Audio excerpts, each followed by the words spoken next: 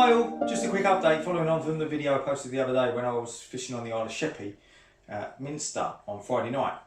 Decided to go back on the Sunday with a good friend of mine, Pete, to target rays again as the activity was so good on the Friday.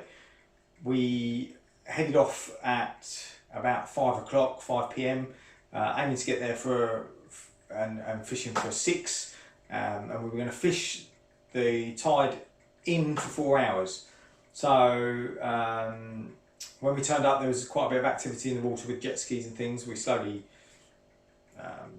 set up our gear and then started to fish, but the outcome was a lot different to what it was on Friday. We had no signs of any fish activity. Our baits were getting stripped within 5-10 minutes of them going out. There was crabs everywhere, and I think a lot of other people experienced this as well.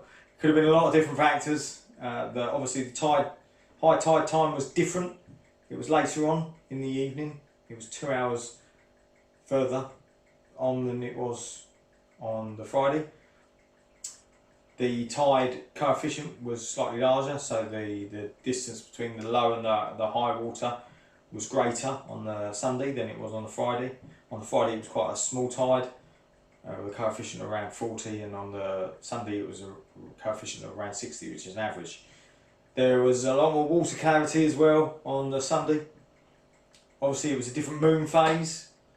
The weather was pretty similar to the Friday as it was on the Sunday, but the Friday was the first day of the settled weather, whereas the Sunday was the third day into settled weather, so that could have made a factor as well.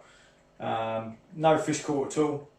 It'd be good to hear from anyone that did fish the island on Sunday as to whether the fish did come in as the tide turned and started to ebb, but there was nothing on the rising tide.